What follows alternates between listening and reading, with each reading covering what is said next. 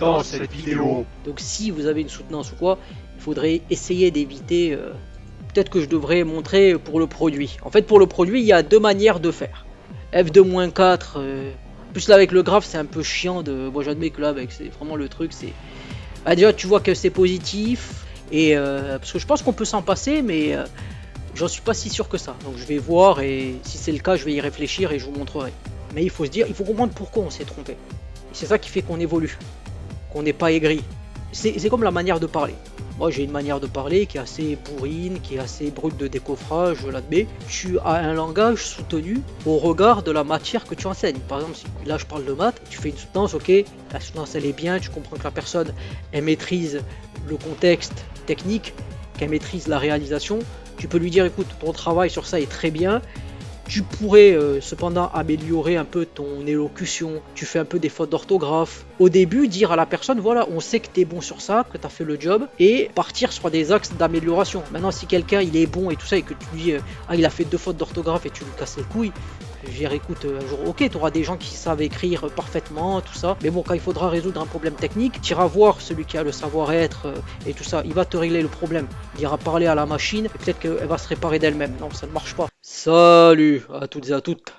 On se retrouve pour la deuxième vidéo sur les QCM de niveau première S qui traitent du programme 2012. Alors l'idée c'est que la première vidéo j'ai fait cette partie-là qui traitait des fonctions et des trinômes du second degré. Et donc là je vais parler des dérivés, enfin je vais suivre les parties liées aux dérivés et si c'est assez court, si le temps que je prends pour faire cette partie est assez court, je ferai les suites. L'idée c'est de faire des vidéos qui durent moins d'une heure.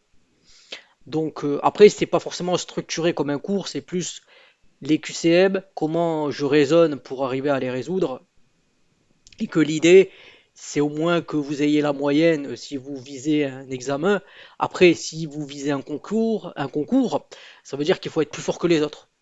Donc voilà, même si vous avez, si vous dépassez la note éliminatoire et que les autres c'est des sgegs et que vous les battez, ben ça y est, c'est un concours. Donc c'est pour ça que généralement ils mettent aussi des notes d'admission, c'est-à-dire qu'ils veulent pas des cotorep quoi. Ils veulent pas quelqu'un qui sait à peine écrire français. Moi des fois c'est vrai que j'écris des mots mal, mais euh, des fois il y a des concours ils vous disent voilà, il faut 5 en français, il faut 5 en anglais, histoire que la personne ça soit pas une baltringue quoi, qu'elle ait un niveau minimal.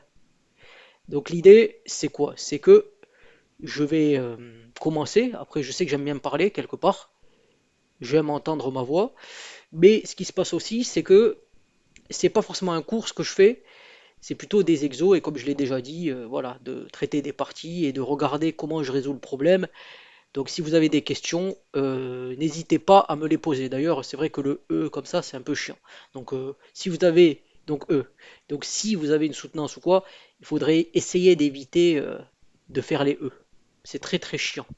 Donc là, c'est la première partie. Dérivé, QCM, donc on voit difficulté modérée. Donc là, voilà, il donne cette fonction hein, et il demande l'expression de sa dérivée f. Alors, je vais essayer d'être de montrer bon. Comme j'ai dit, c'est pas un cours, mais c'est l'idée. En fait, on a une fonction. Bon, on va faire simple. Si j'ai une fonction, je vais prendre, j'ai ça. J'ai une fonction, elle est comme ça. L'idée de la dérivée, en fait, c'est que je prends un point. Par exemple, ici, je vais essayer de prendre une autre couleur. J'ai un point ici qui est rouge. Bon, on va prendre la zone, mais en fait, c'est un point. Et l'idée de la dérivée, c'est la tendance, comment ça varie. Donc comment ça varie, c'est-à-dire que idéalement, je prendrais, alors je sais pas si je peux zoomer, bon, je peux zoomer comme ça. Et puisque pour tracer une droite, il faut deux points, mais l'idée, ce serait qu'il soit proche. Donc là, par exemple, la tendance, on dirait que ce serait ça. Donc cette tendance-là, en fait, c'est quoi? C'est que j'ai un point ici M, M', et celui-là, ce serait M. L'idée, c'est que c'est la dérivée, en fait, c'est faire que on a. Bon, là, je peux dézoomer normalement, ou je vais faire de l'autre côté à la limite. Comme ça, ce sera un peu mieux. L'idée, c'est qu'on a. Alors, bon, je fais à la souris, hein, donc c'est très erratique. Bon, on va dire qu'on a le M là, même si normalement ce serait M' de l'autre côté, mais l'idée c'est qu'on a une différence. En fait, une pente c'est quoi? Finalement, c'est un delta qui est ici. Donc on a le delta. Alors là, c'est vraiment proche, hein. Dans ce cas-là, ce serait zoomé, mais j'ai vraiment fait la direction. C'est-à-dire qu'en gros, si on prenait ici, ce serait cette partie-là, quoi. Donc là, on aurait ici delta y, parce que bon, c'est vrai que j'ai pas mis les. Là, on a y, enfin, putain, là, on dirait un x. C'est vraiment. Bon, je vais essayer d'être un peu plus précis. Ça, voilà, y, et ici, c'est x. Alors, j'ai des talents de dessinateur hors du commun. Et donc, là, c'est delta y, et ça, qui est ici, là, c'est delta x.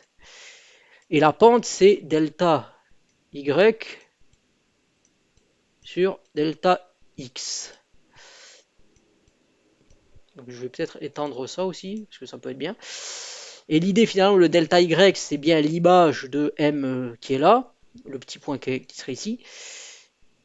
C'est la différence, puisque c'est un delta, donc c'est une soustraction. Donc, putain, je suis vraiment... Ah oui, c'est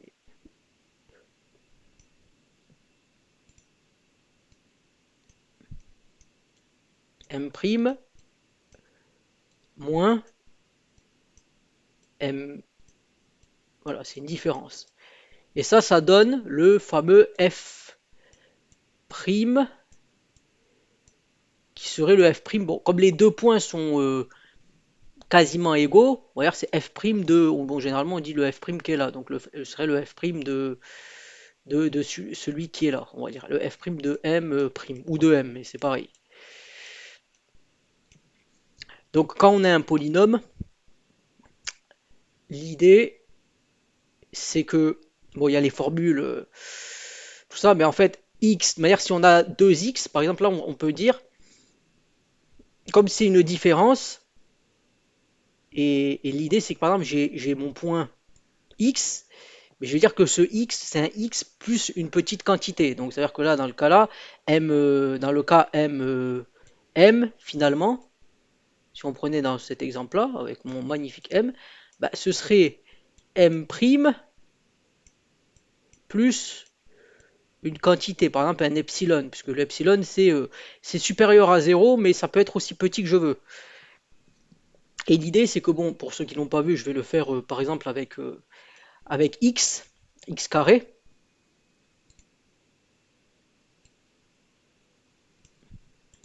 Si par exemple je fais x plus epsilon au carré. Bon, ça fait x carré plus 2x. Bon, on comprendra que c'est un x, hein. Epsilon. Bon, je vais pas encore Parkinson, mais. Et epsilon carré. Bah non, si je prends la même définition que tout à l'heure, bon, x carré, c'est x carré. Donc je vais faire ça moins le. Bon, comme ça, pour pas dire que c'est égal. Bon, il y a ça, donc ça moins x carré. Et le tout, bah, c'est x plus epsilon moins x, donc ça fait epsilon. Mais il faut se rappeler que l'epsilon, il est supérieur à 0, mais il peut être aussi petit que je veux. Donc quand je prends une somme là, ça finalement, ça va être égal à quoi? Ça va être égal à 2x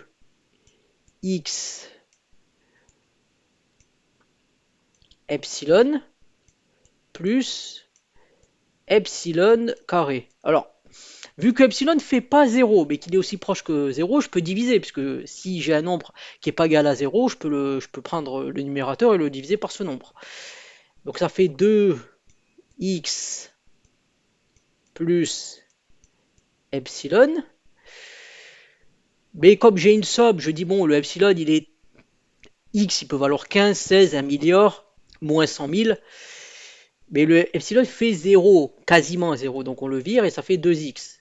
Donc le fameux truc, c'est que bon, quand on dit f, on dit par exemple, on dit que la dérivée finalement de, bon, je vais le mettre là-bas, de x carré prime, c'est 2x. Ou généralement, bon, on dit que x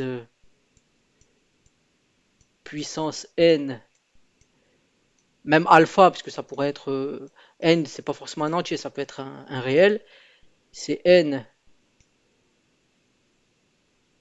bon, je vais l'écrire un peu plus bas, c'est n x n puissance n moins 1. Voilà. Bon, le a, c'est pas un a, c'est n'importe quoi.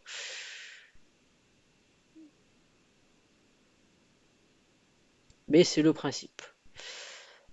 Donc si on suit cette formule-là, ça veut dire que le f' ici, déjà, si on dérive, on a 3 quarts x carré. Déjà, la dérivée de ça, ça va donner du coup 6 sur 4 x. Donc en gros, ça va faire 1,5 x.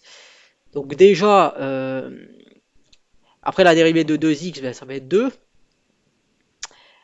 c'est-à-dire que si on fait ça, ça va faire 1 demi. Donc déjà, ça veut dire qu'on va voir.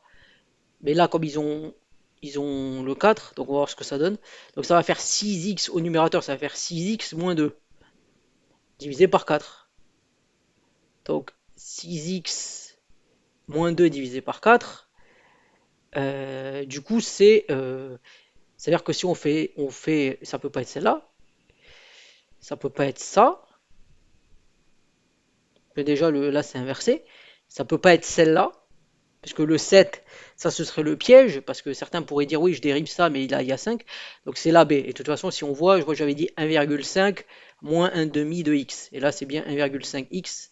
Enfin, 1,5x moins 1 demi. Et là, si on divise, on a bien 1,5x moins 1 demi. Donc c'est ça. Maintenant, ça, alors ça, c'est... Bon, si on prend la formule que j'avais dit tout à l'heure, que si on prend... Alors cette formule-là, là,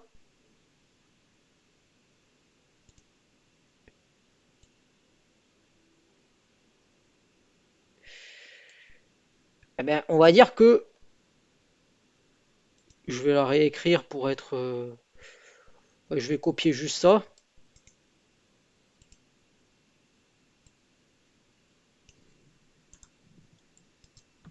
Voilà. Si on prend ça, 1 sur x, en fait, c'est 1 divisé par x. Donc, c'est 1, en fait, c'est 1 sur x. Je vais faire comme ça pour x. C'est égal à x puissance moins 1. Donc, c'est-à-dire que si on prend cette formule de tout à l'heure, ben, ça va faire que la dérivée de ça, c'est-à-dire que le n il fait moins 1, donc ça va faire moins 1 fois x moins 1 moins 1. Donc ça va faire moins, putain, moins, bon, on s'en fiche à la limite, moins 1 sur x carré. Et pareil avec la même logique, la racine de x c'est x puissance 1 demi, ce qui veut dire que la dérivée de ça, ça va être 1 demi de x moins 1 demi. Donc si on prend ça, ça veut dire que si on prend ici, déjà ça veut dire que ça peut pas être ça, si on élimine, ça peut pas être celle-là, parce qu'il n'y a pas de carré. En fait, ils aiment bien faire compliqué quand même, hein. Parce que si tu fais... En fait, c'est celle-là. Bon, en fait, ils ont vraiment été tordus, hein, parce que ils auraient pu écrire juste moins 1 sur x carré, plus 3 demi, racine de x. Mais en fait, ils ont mis sur la a, ils ont mis ça, ça fait moins 1 sur x carré. Puis après, ils ont gardé 3x, puisqu'en fait, comme ça fait au dénominateur, ça fait du moins 1, en fait, ça fait du x puissance moins 1 demi, bah, x ça fait 1 plus 0,5, 1,5, moins 2, ça fait moins 0,5. Donc en fait, ils ont fait avec ça, mais bon, c'est un peu... Ok, ils ont voulu mettre au même dénominateur, mais quand tu as une somme, des fois comme ça, simple, tu peux éviter de te casser la tête comme ça. Après là, du coup, oui. Alors là, c'est le côté... bon, encore là, c'est produit, mais on va... Pour celle-là, ça sert à rien de faire le produit des dérivés. Là, pour le coup, on a juste... on peut développer, et on a une somme en fait. Donc ça fait 3x x puissance 1 demi plus 3x puissance 1 demi. Donc ça fait en gros 3x 3 demi plus 3x puissance 1 demi. Donc ça, du coup, ça va faire, bon, il y a le 3 facteurs de quelque chose. 3 facteurs de 3 demi de x, et 3 demi moins, ça fait 1 demi, plus 1 demi sur racine de x. Donc ça fait ça. Donc voyons voir comment ils l'ont mis. Donc logiquement, ce qu'ils ont dû faire à mon avis, c'est qu'ils ont dû multiplier. Donc là, si on regarde, on a bien, en fait, si on développe, on a 9 sur 2 euh, racine de x plus 3 demi divisé par racine de x. Donc ça m'a l'air d'être le b. Parce que là, si on divise, on a bien 9 sur 2 racine de x, puis plus 3 demi divisé par racine de x. Donc ça doit être la b. Si on regarde ici. Maintenant, ah oui, quand même, il y en a un certain nombre. Donc là, c'est ah oui, c'est pour un quotient. Alors l'idée quand on a un quotient en fait, c'est là qu'on aurait pu dériver. En fait, l'idée c'est que quand on a un quotient, peut-être que je devrais montrer pour le produit. En fait, pour le produit, il y a deux manières de faire. Par exemple, je vais commencer par le produit. Si par exemple on a un produit, supposons qu'on ait une fonction, on va dire qu'on a une fonction u ou une fonction f, on va dire comme d'habitude f et g. Du coup, la dérivée d'un produit, c'est pas le produit des dérivés. Pour s'en convaincre, il suffit de faire x fois x. La dérivée, en général, la dérivée de ça, c'est quoi? C'est 2x, parce que c'est x carré. Mais si je fais le produit des dérivés, c'est différent de la dérivée de x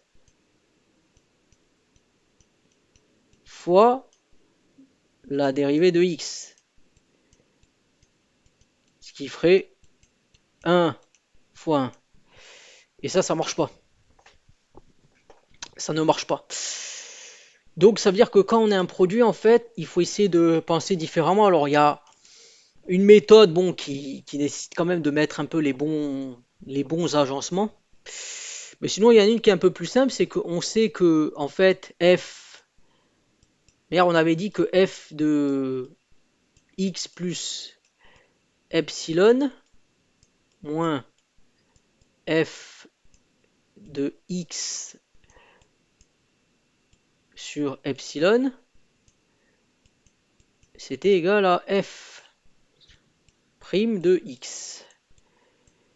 Donc si j'essaye de mettre finalement le f de x plus epsilon, à quoi il est égal, on va dire que f de x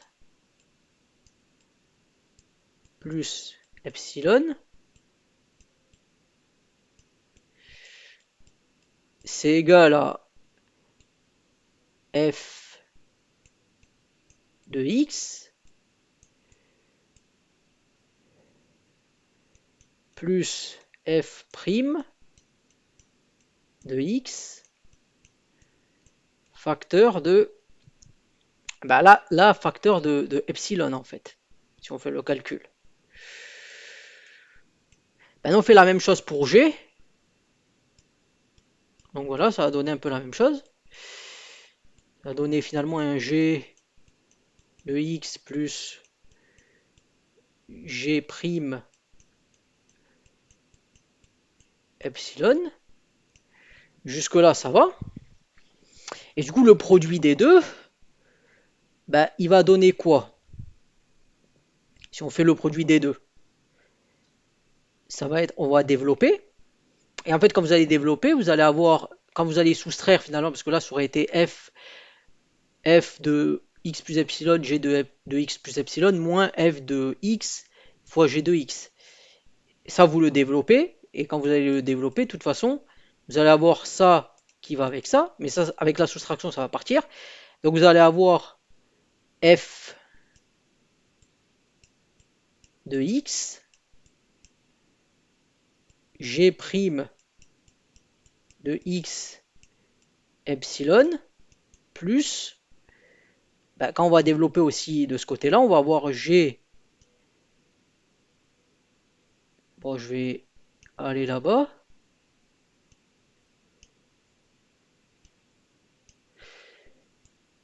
G de x.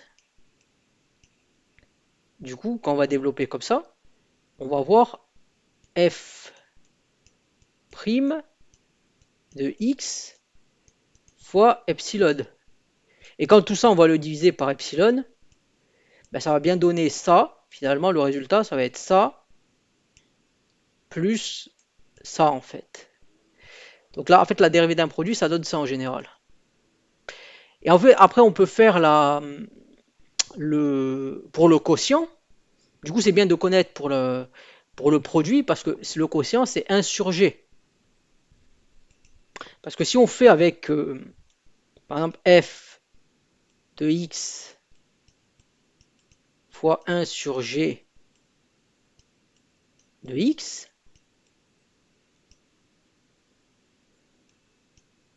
bah, ça va donner f' fois g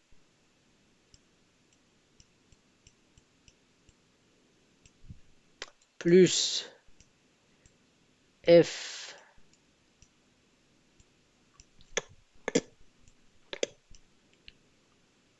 de x g prime, enfin 1 sur g prime de x, du coup.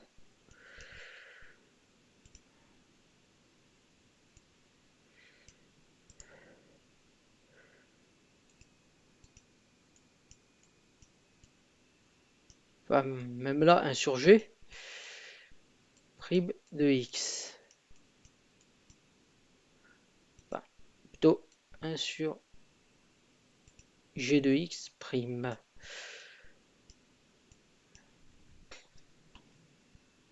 Et en fait, après, comme 1 sur gx, finalement, c'est quoi? C'est 1 sur g, enfin, c'est g x puissance moins 1. Alors après, c'est les dérivées de fonctions composées, donc ça va faire moins 1, en fait, g' de x, g et g de x, moins 2, du coup. Et en fait, en mettant sur le même dénominateur, à la fin, vous allez avoir en fait que g f de x sur g de x, la dérivée de ça, c'est f prime.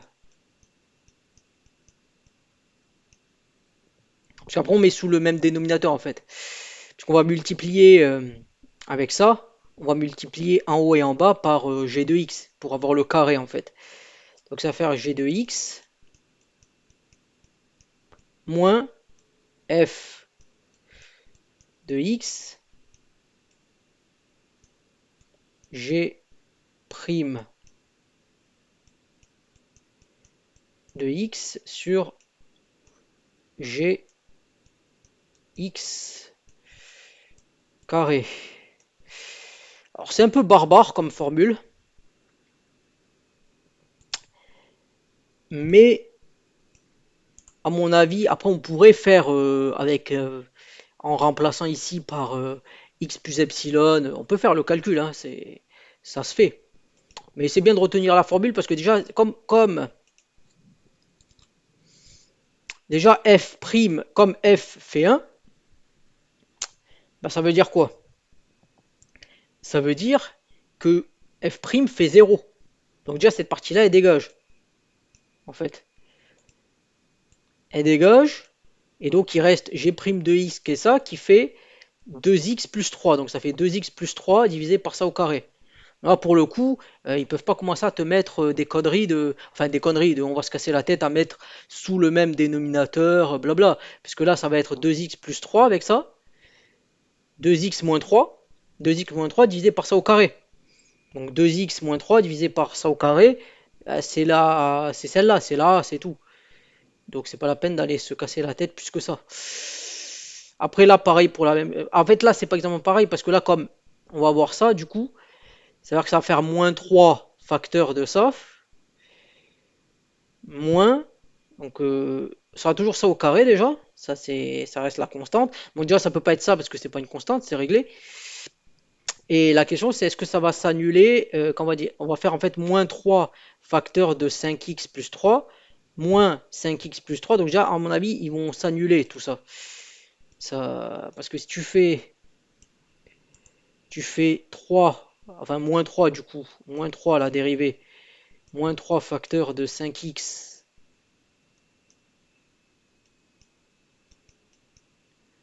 plus 3, moins 2 moins 3x facteur de la dérivée de ça fait 5. Donc déjà, ça veut dire que tu as moins 15x moins 9 du coup,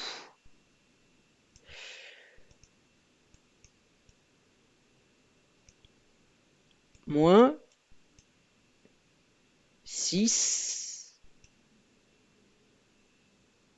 Non, qu'est-ce que je fais? Oh, j'ai mis un 5. Pourquoi j'ai mis un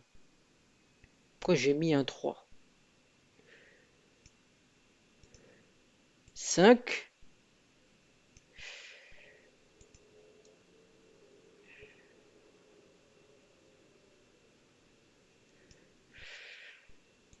Donc c'est-à-dire que ça fait moins 10 moins 15x. Donc, vu que là, ça va faire ça dégage avec celui-là, parce que ça va faire un plus.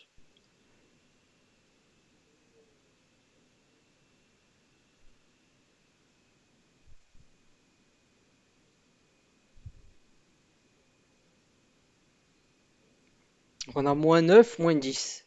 Ce qui fait moins 19 en fait. Donc ça doit être la A qui est là.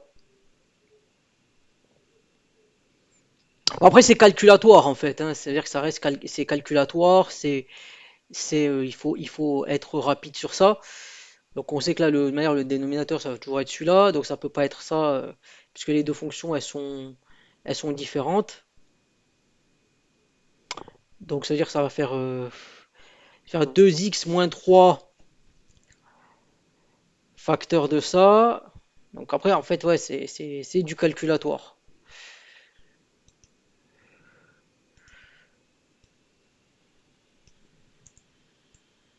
En fait quand on connaît les formules après c'est de la rapidité, hein. C'est-à-dire que si je fais ça, c'est-à-dire que je vais faire quoi? Je vais dire ok c'est f'g moins f g'. Donc f' ici ça va être 2x. 2x moins 3 facteur de tout ça.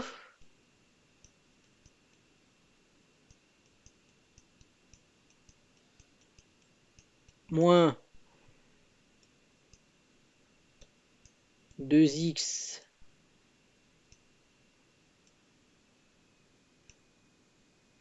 moins 3, puisque c'est f'g moins fg'. Donc g' c'était ça, et f ça va être le ça.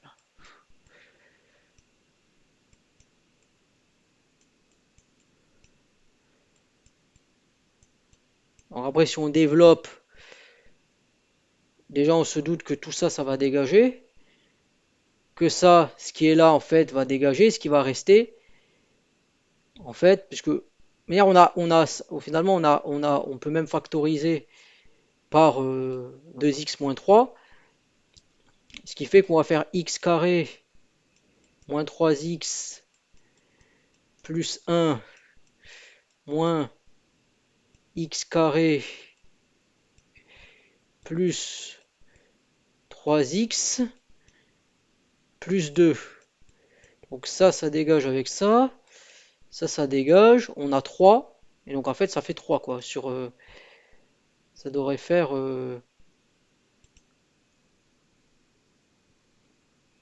Ah non, ça devrait faire, oui, parce que...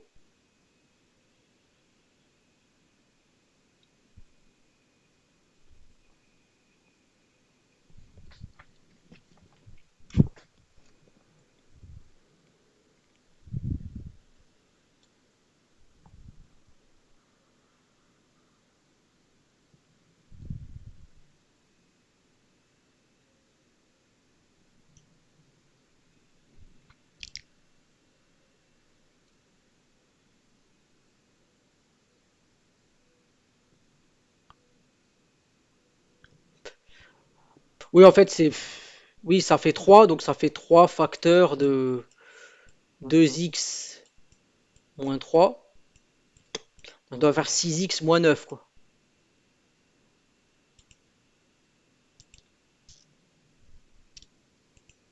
Donc ouais, c'est celle-là, en fait. C'est là, c'est... Et là, après, ça reste... C'est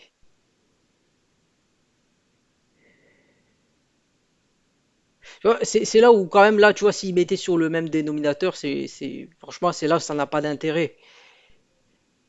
Après, ça a un intérêt si, c'est un intérêt si quand tu veux trouver, d'accord, tu veux trouver quand ça fait 0, parce que vu la gueule de la fonction, quand ça tend vers l'infini, puisque tu as un 3x.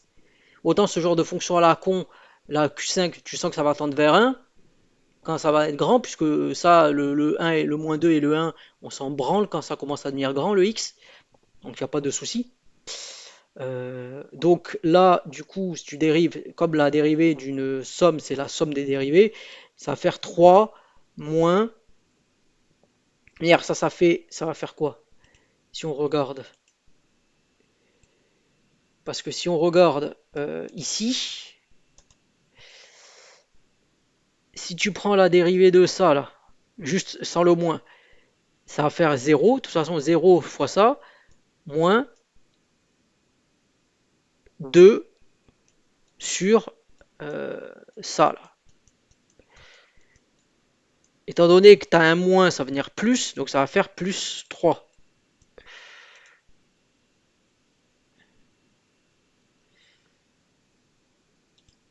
au carré. Moi, j'ai oublié le carré. Donc normalement, ça devrait être ça. Ça devrait être celle-là. Voilà, ça devrait être ça. Et ça, du coup...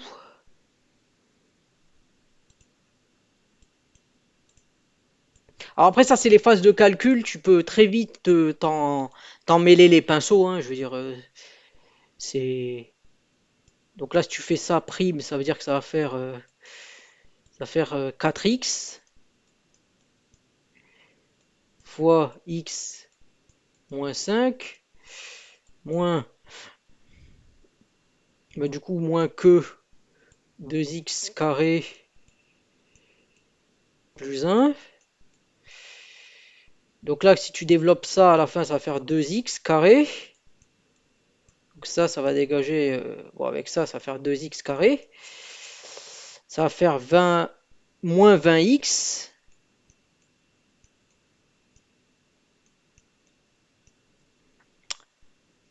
Ça va faire moins 20x moins un, logiquement. Divisé par x moins 5 au carré.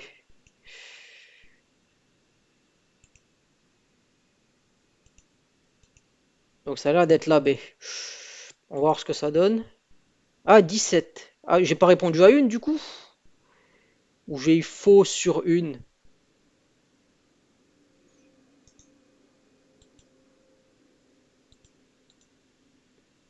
Est-ce que j'ai répondu à tout? Vas-y, on va voir où je me suis trompé. J'ai mis ça, j'ai mis ça.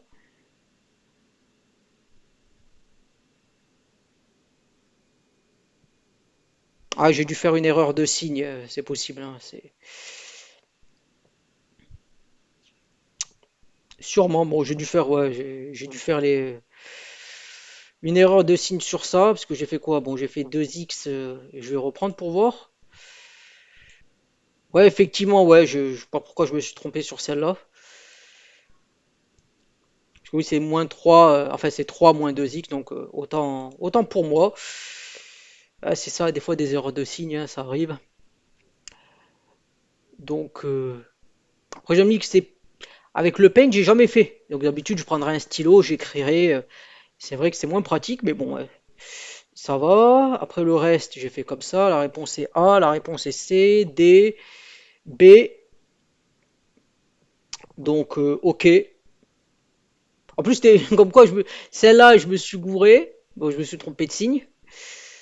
Euh, Et celle-là, je l'ai réussi. Donc, vraiment, ouais, c'est un peu. Donc, en fait, ouais, là, ils ont mis un peu tout. En fait, ce qu'ils ont mis, c'est qu'ils ont mis les, euh, les choses simples, les polynômes, en fait. Et après, là, ils ont commencé à mettre les inverses, les racines carrées, les inverses de polynômes. Donc, quand même, ça va. C'est quand même. Ils ont mis quand même tous les. Pas tous les cas possibles, mais un certain nombre de cas pour que ça soit assez calculatoire et que tu prennes l'habitude. Donc, je trouve que c'est bien fait, c'est bien.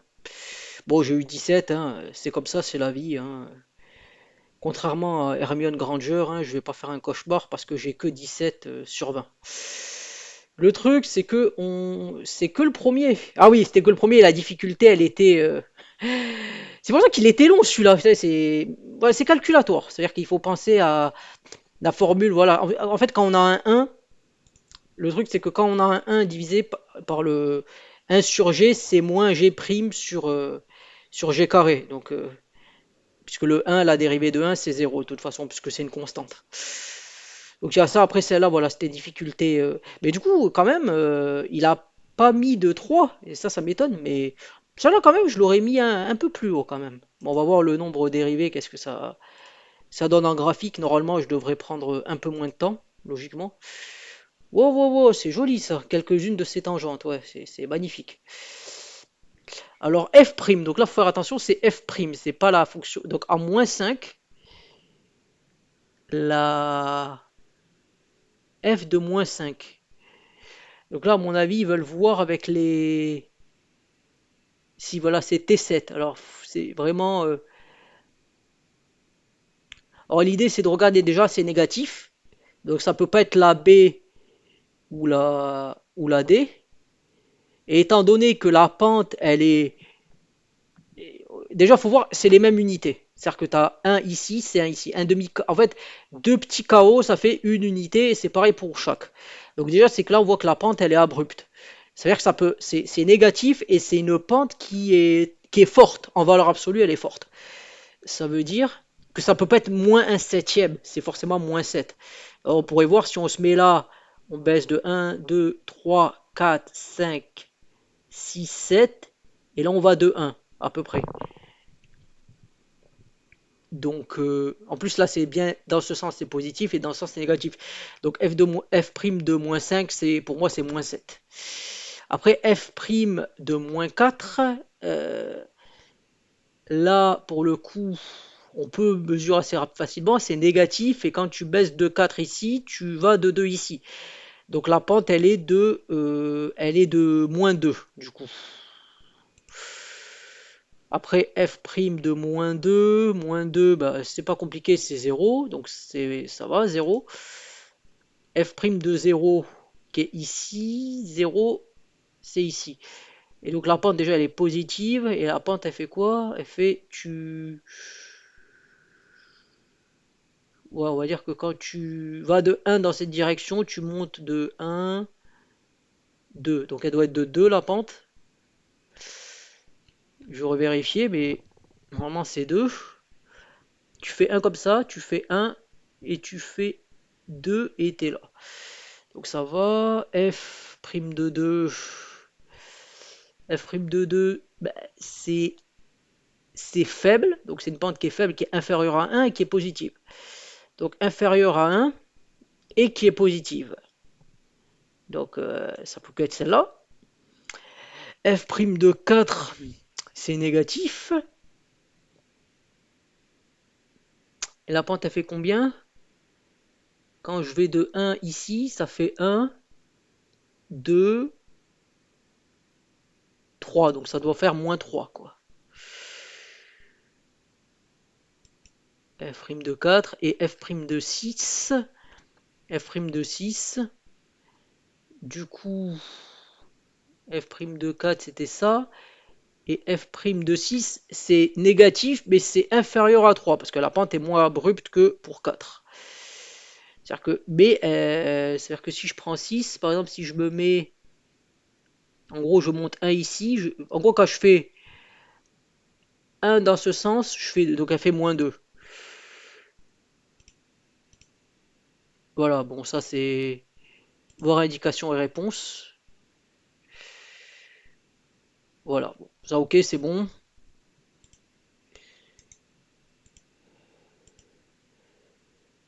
Donc, bon, après, ça c'est vrai que c'est les questions un peu, c'est fatigant parce que c'est un peu la même chose, quoi. Si on regarde, c'est juste de la lecture, en fait, de la lecture. C'est-à-dire f de moins 4. Plus là, avec le graphe, c'est un peu chiant de. Moi, j'admets que là, avec, c'est vraiment le truc, c'est. Bah, déjà, tu vois que c'est positif. Si tu fais un comme ça, tu fais un 2 3 4 5 6. Donc, ça veut dire que ça fait 6 quoi. Enfin, ça fait 6. Que tu vois que la pente, elle est abrupte. Après, tu fais moins 3. Moins 3, c'est où? C'est ici. Enfin, moins 3. Moins 3, voilà, c'est toujours de regarder, c'est vrai, si c'est la même. Mais bon, si tu fais comme ça, 1 1, ça veut dire que ça fait 1. F de 0, 0 c'est là, c'est négatif. Tu fais un comme ça. Si tu fais 2 comme ça fait un comme ça. Donc la pente, elle fait un demi. Elle fait moins un demi parce que c'est négatif. Après, c'est quoi? C'est 3, 5, 7. Ok. 3, bon, c'est nul. 5, tu fais un comme ça fait un 2 donc c'est moins 2. 5, c'est moins 2. Et 7, 1, 2, 3. Donc c'est 5, c'est moins 2. Et 7, ça fait un tiers.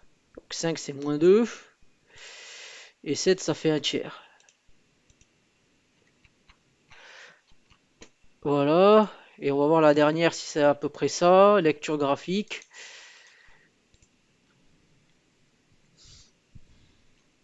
Bon, c'est à peu près la même chose, hein. Je veux dire, faut faire moins 7, moins 5. Alors moins 7, ok, ça fait un, 2, 3, 4. Donc ça descend, donc c'est moins un tiers. Moins 5, moins 5, ça monte. Ça fait 1 comme ça, un, 2, donc ça fait 2.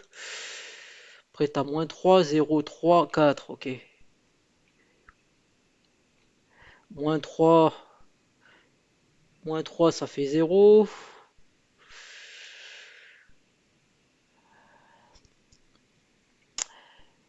0, 2, 1, c'est-à-dire que ça fait un demi. Après 3 ça descend. Quand tu fais un comme ça, donc la pente c'est -1.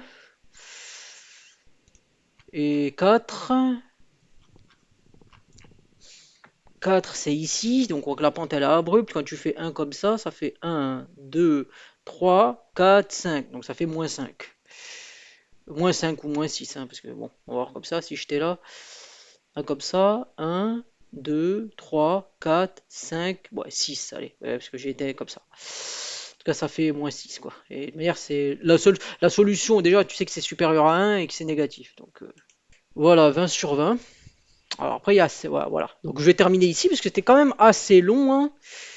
L'air de rien, les dérivés, bon, c'était surtout aussi que pour ceux qui connaissaient pas, j'ai essayé d'être explicatif sur le pourquoi une dérivée, la dérivée d'un produit. Après le quotient, c'est vrai que j'ai pris le présupposé de la fonction composée, mais je me rappelle plus si on peut se passer de la fonction composée.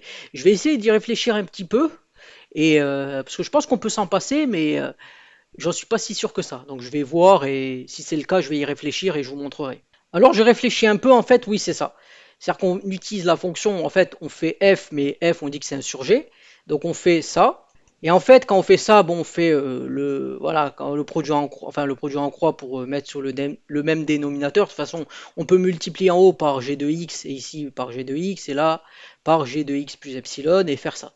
Donc on remarque qu'on a ce quotient-là, mais avec cette partie-là, en fait, celle-là, celle-là, c'est moins g' de x. Et en fait, le truc, c'est que la dérivée, c'est quand tu as une différence, que tu peux pas dire, si j'ai quelque chose de petit, je peux pas négliger devant zéro, en fait. C'est le principe. C'est-à-dire que là, certes, on a zéro, mais on divise par zéro, donc on peut pas négliger, c'est pour ça qu'il y a la dérivée. Mais par contre, la partie ici, cette partie-là, on peut très bien négliger, c'est un produit. Donc on peut dire que l'epsilon, il tend vers zéro, donc on a ça au carré, en fait.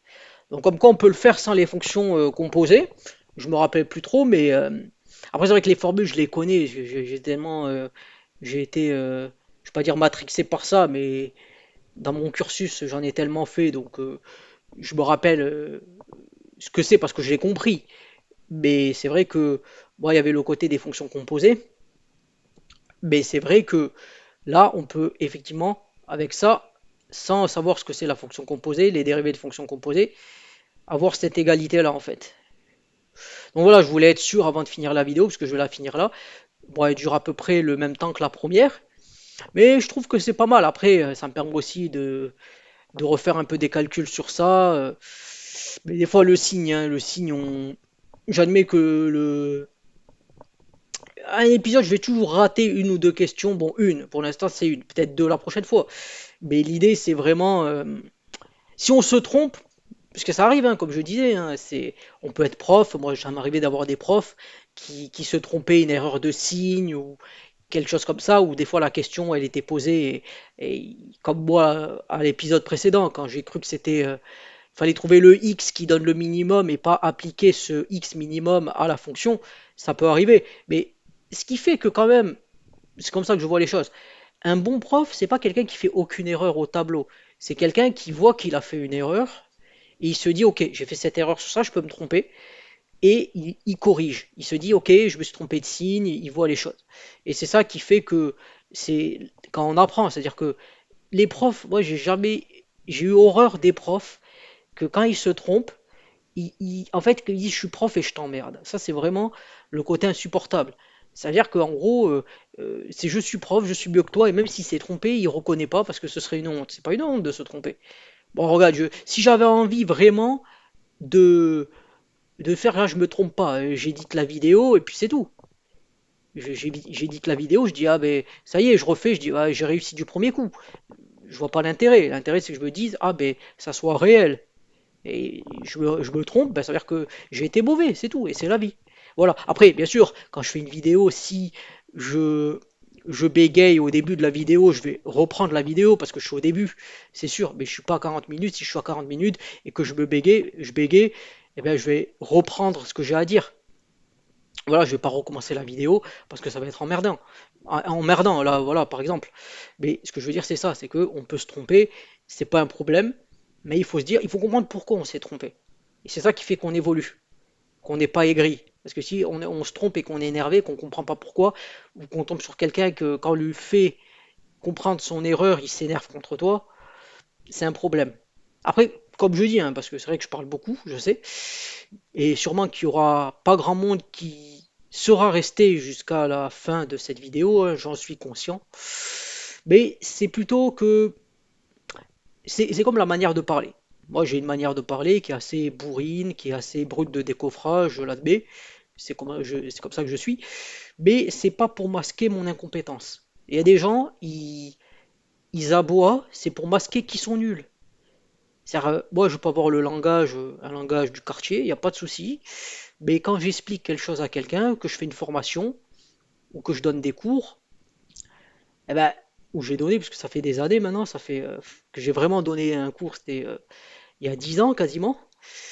Mais c'est plutôt le côté de se dire que tu écoutes le stagiaire, l'apprenant, et que tu as un langage soutenu au regard de la matière que tu enseignes. Par exemple, si là je parle de maths, je peux dire ça c'est un truc à la con, ok, mais je vais pas le dire toutes les 30 secondes. Je vais dire ok, alors là je dérive, c'est la dérivée du produit, j'essaye de montrer ce que je fais et d'avoir un langage adapté à, à la rigueur, on va dire, académique et scientifique sur ça. Après, je suis pas, on va dire, il y a des fautes d'orthographe qui peuvent me choquer, mais après, si t'es là à vouloir constamment rappeler aux gens de parler d'une certaine manière, c'est comme ils croivent, bon, il a dit ils croivent, ok, c'est pas la peine de l'emmerder pour ça.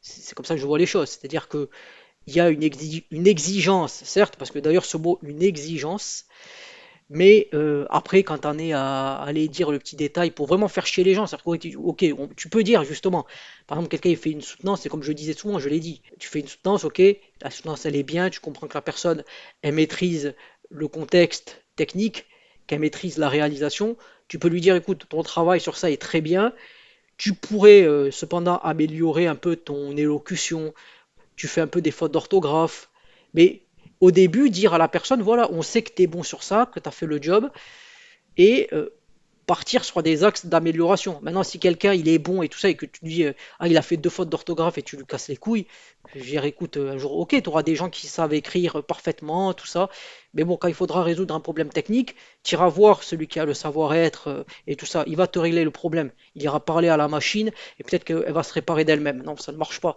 Voilà, je voulais aussi dire ça, c'est-à-dire que vraiment, il y a la qualité. Et la qualité, parfois, elle peut, justement, je pense que quand tu as de la qualité, tu peux te permettre d'avoir le langage que tu veux parce que quand il faudra switcher sur le concret, tu auras cette exigence, tu auras ce concret, cette réalité et ce professionnalisme. Voilà. Donc je vais terminer la vidéo sur ces belles paroles, hein. Si vous l'avez aimé ou détesté, comme d'habitude, vous savez ce qu'il vous reste à faire.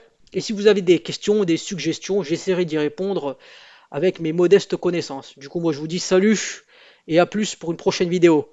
Allez, bye et portez-vous bien.